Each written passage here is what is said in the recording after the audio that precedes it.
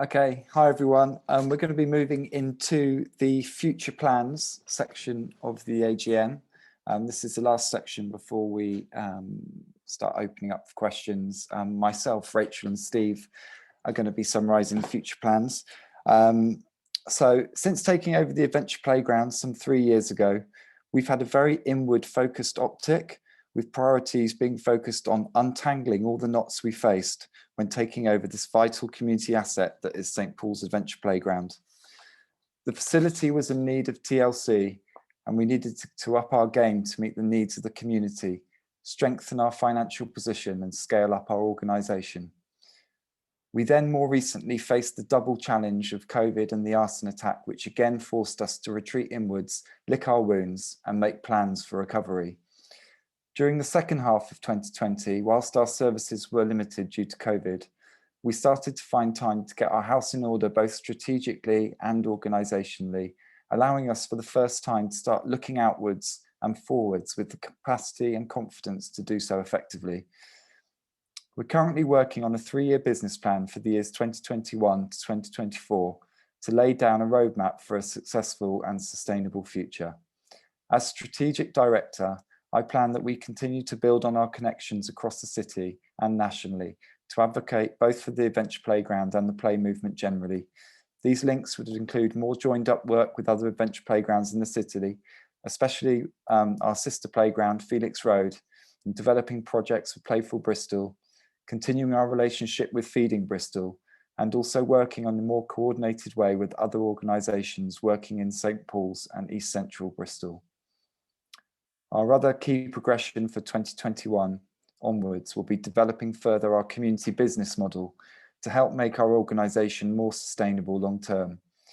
We've invested significant capital funds into various aspects of our facility, including a community cafe, artist studios, a brand new amazing play structure, a brilliant new bike workshop and storage facilities for our outreach programme, all of which are now primed to become viable ongoing trading arms, supporting our primary purpose, which is, of course, the open access, free of charge play sessions for our community. I'm now going to hand over to Rach, who's going to talk a little bit more about the future plans.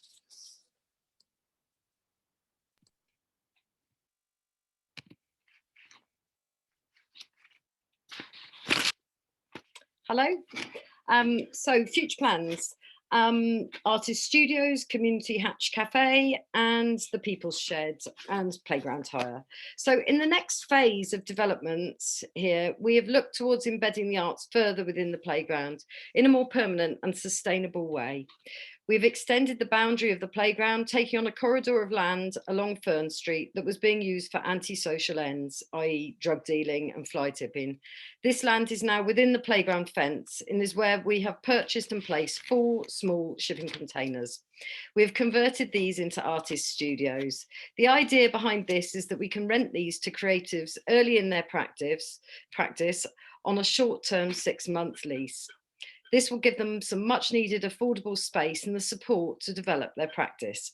Our ask is that they offer a rolling programme of workshops to the playground community. We will be able to give them the chance to develop their practice by helping facilitate creative workshops for children and young people, thereby helping them to gain much needed experience and confidence in running their own workshops. We're particularly keen to bring an artist who can effectively reflect the diverse culture and community of the playground community, and whom have an interest and passion to engage young people in the arts. These new challenges boost aspiration and broaden horizons and have the power to give lifelong benefits to the individual. Embedded within the playground build, there is a shipping container that we're going to kit out with a whole variety of tools. This will be known as the People's Shed and will offer a chance to learn carpentry skills to the entire community of the playground, with a particular focus on young people's life skills, and quite likely they will add their new ideas and adaptations to the play equipment too. We've developed a new park-facing cafe through lockdown, which is looking towards opening in the coming spring. This will further our offer coming out of the playground, giving much needed place for people to come together and share much needed social time. This new venture looks towards offering work and employment for local cooks, chefs and baristas, coffee makers. There will be a coffee and hot drink offer and a rolling menu of deliciousnesses that reflect the incredible diverse culinary knowledge and heritage of this community. Keep your eyes on the Cafe Hatch and please come and get involved when we finally open up for you all.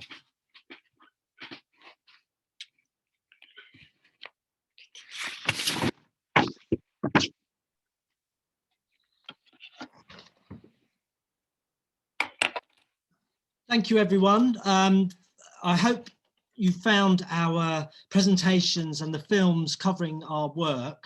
Can you see me? Yeah. I hope you found our presentations and the films covering our work informative. I mean, personally, I just want to say a huge thank you to everybody on the team. I hope you've got a real sense of their passion and commitment. And I think, you know, personally, it's a great honor to be part of this team, and I have a huge amount of respect for all of the work that our staff and volunteers do on the project, and it is a real pleasure and honor to be part of this team. I have a few closing remarks. In the coming months, we are due to be reviewing our structure, because the APE project CIC is as a CIC, it's a community interest company. As such, it is run for the benefit of children and young people, but we are increasingly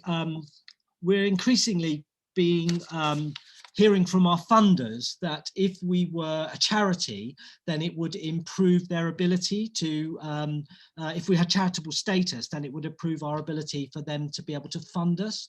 So there are pros and cons to this, and this is an issue that our board is looking at very closely at the moment, and we will be making a decision very soon about that specific point. We also want the playground to be, we also want the playground and our staff team and services to be reflective of the community that we serve.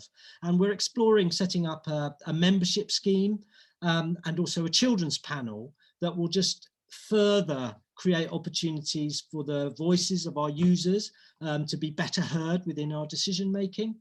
And to that point as well, the management committee is ultimately the decision-making body for the organisation, and we'd really welcome applications from potential new directors who'd be willing to support the management and provide oversight to the project.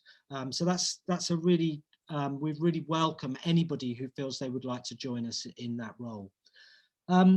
So in summation now, I mean, perhaps most importantly, you know, even though this has been a very, very challenging period for the project, what we're all really looking forward to, and Rachel said that most passionately in the video, is being able to open the gates again and being able to welcome familiar faces and also new faces. We're really looking forward to be able to welcome familiar and new faces alike back onto the project.